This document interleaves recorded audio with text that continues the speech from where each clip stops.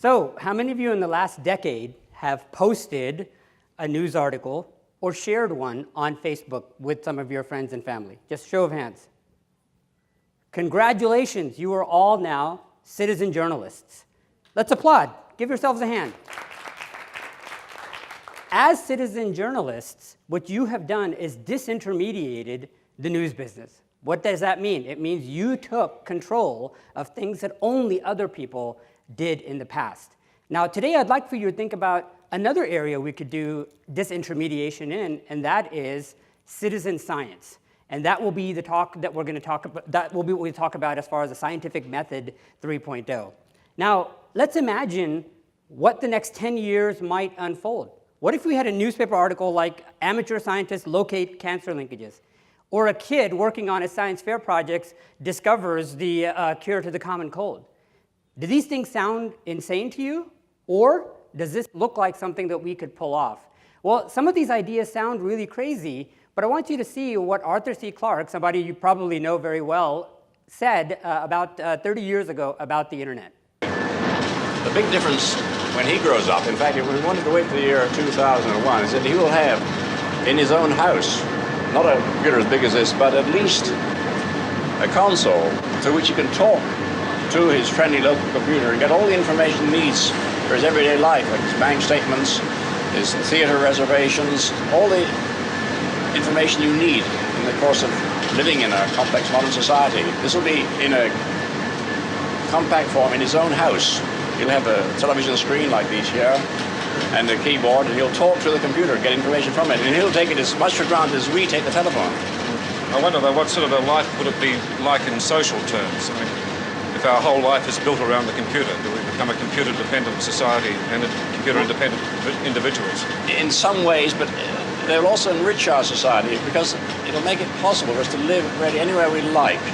Any businessman, any executive could live almost anywhere on Earth and still do his business through a device like this.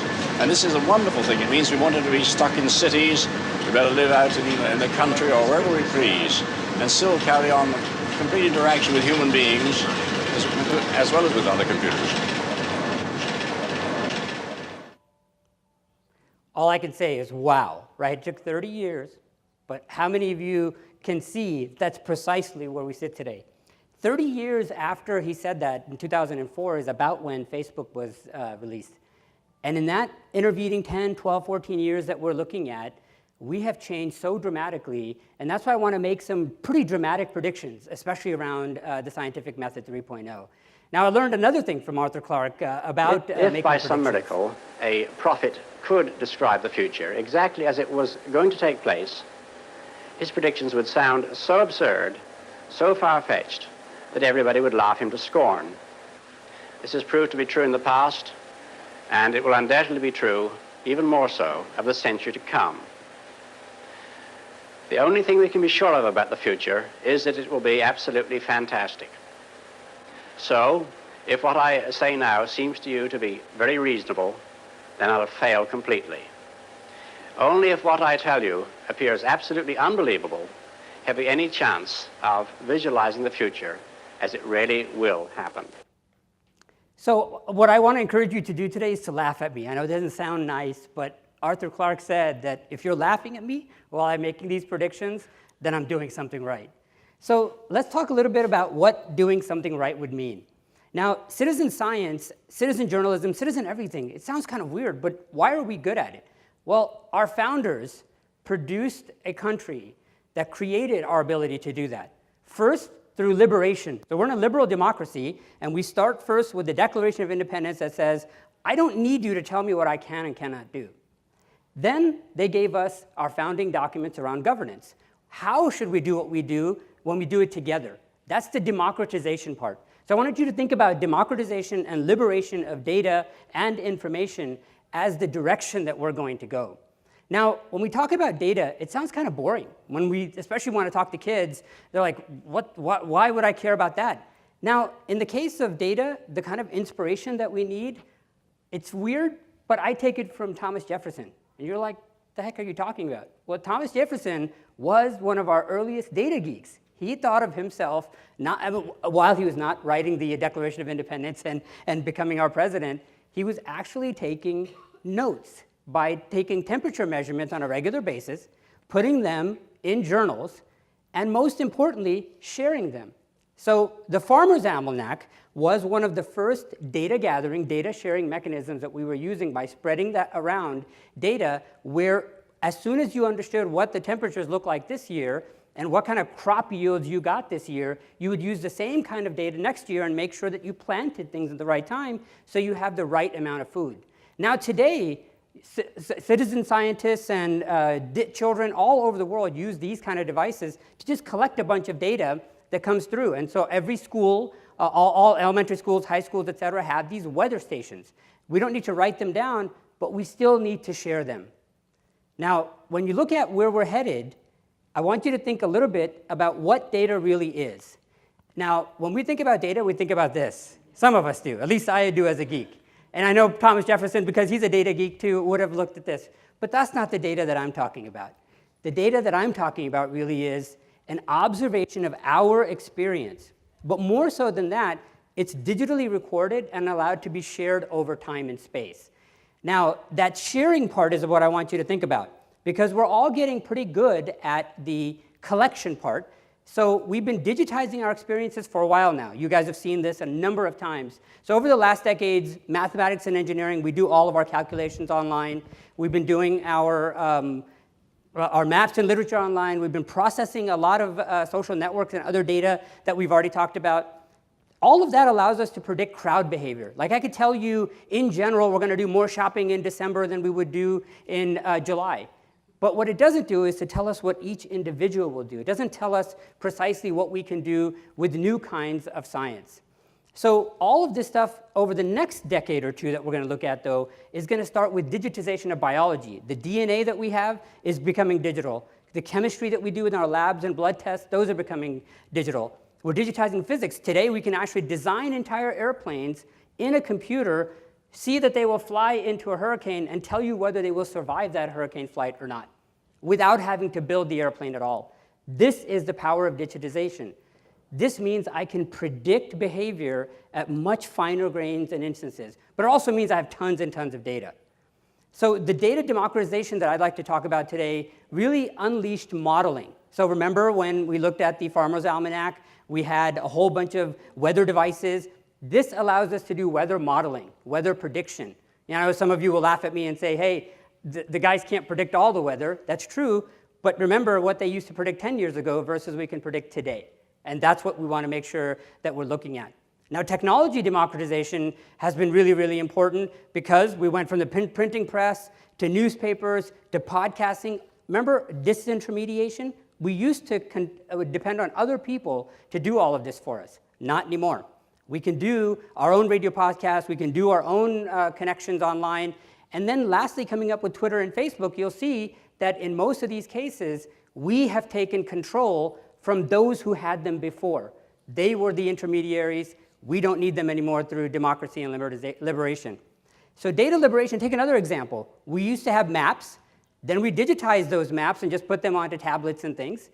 But really, until we liberated that data and allowed it to be shared with everyone, we could not have this. Husbands used to make fun of their wives for giving them bad directions. Today, those same husbands listen to a GPS calmly, coolly, collectedly. We walk into different places, we get lost, and we never yell at the GPS. But that's the power of liberating the data. Today, we can share the data amongst us. We can report that there's a police officer over here. We can report an accident. Why? Because we open the data, but more importantly, we share it. Now, here's where I want you to spend a little time thinking about what data can truly do. It changes the questions that we ask. Now, think about a time when all you had was a simple device like this. What could you do? You could look at small things and see just small amounts of increase in the granularity of that. Now, once you had a microscope, we can do a lot more. We can go a lot deeper, penetrate deeper.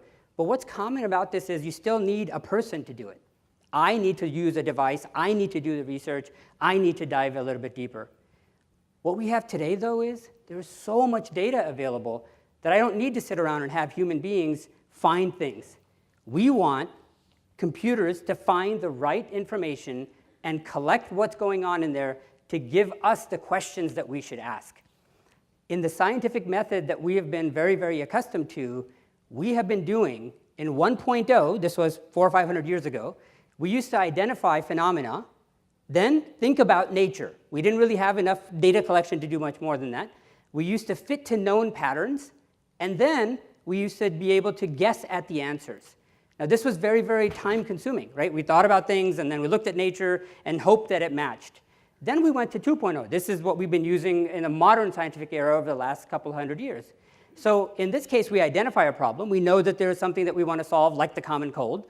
We do data collection associated with it through asking questions. And then after we've collected the data, then we answer these kind of questions. Now, it's really important to understand this process, because in the past 400 or 500 years in these two models, it's been very different. Now, with the ability to have data sitting in so many different places, we can identify the data pockets. Notice we didn't have to think about the question first. Then we generate the questions from the systems. Sounds kind of weird, but remember what Arthur C. Clarke was saying back in 1974. Everything sounds weird. It sounds preposterous. But the computers can generate the questions where we can then spend time working on them. We mine the data now. Now, we're not looking for additional data, or we can add to simple amounts later, and then we answer questions. So what does this get? It requires much less domain knowledge. It requires less time to do things. We're going to have to be able to reduce costs, and in the end, what we're going to be able to do is lose no domain expertise, and able to get our students and non-professionals be able to move forward than they used to in the past. So instead of 10 years of schooling, I can actually do a lot more research sitting inside my high schools, my colleges, as non-professionals. So now, as we're failing fast, what that means is that as data comes in faster and faster, we can ask a question, answer it, and say, no, this was no good. So over the last 30, 40, 50 years, there's a lot of science that has been stopped up because we have not been able to reach this new level of effort. So how are we going to know whether we've achieved this or not? First and foremost, I want to see schools teaching this kind of stuff so that students can sit around, and instead of doing general knowledge capture, general ideation, they're actually looking at data that's already been captured and see what they can do with it. So when we can see that school students like this can replace guys like this, that's how we know we've reached 3.0. How do I know that that's possible? Well, if you think about Zuckerberg, Jobs, Gates, these guys were the ultimate computer geeks. What was common about them is they did not need to wait around for people to tell them what was okay to do. In the scientific world, we're still fully intermediated. We wait for professors, we wait for scientists to tell us what we are able to do or not to do, and we can now no longer afford that. So why is it being delayed? What's causing this problem? There's a lot of hidden data. So much of the data that we're capturing today, even with the National Institutes of Health and others, are holding on to this data in ways that are both illegal in many cases, but certainly unethical. Because if you open that data, more people can use it, more people can get more value out of it.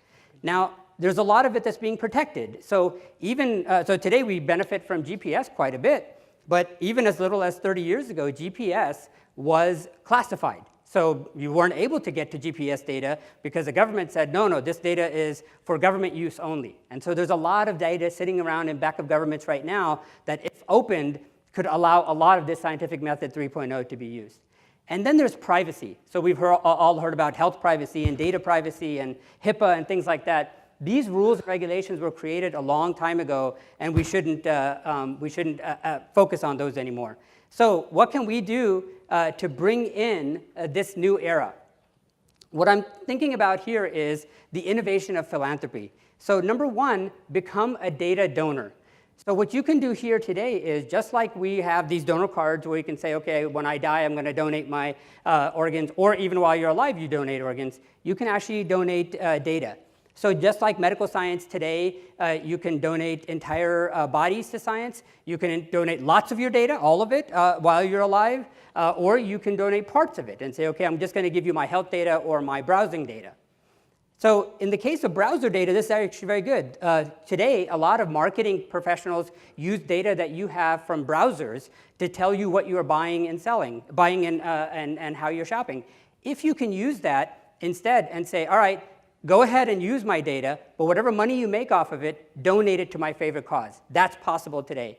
You should be able to donate your DNA, your health data to places like Open Humans. Or Harvard also has one called the Personal Genome Project. You could do this today, and it will start to allow scientists today, but hopefully citizen scientists tomorrow, to be able to get value out of it.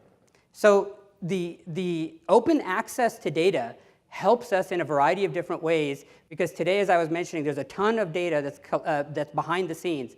What we need to figure out is, how do we petition our governments to open things up? And I can report a huge success right now is that just 2 months ago, after about 4 years of petitioning, the National Institutes of Health and other government agencies are going to now be forced to open data that's been paid for by the federal government as grants. So this is big news, and this I wanted to give you as an example, because it just happened a few months ago. And if you petition the government and you ask for this kind of stuff, it will happen. Things can change if you do so properly.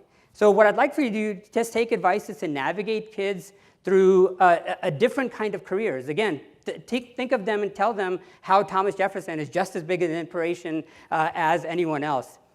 Go and look at data puzzles and things of that nature.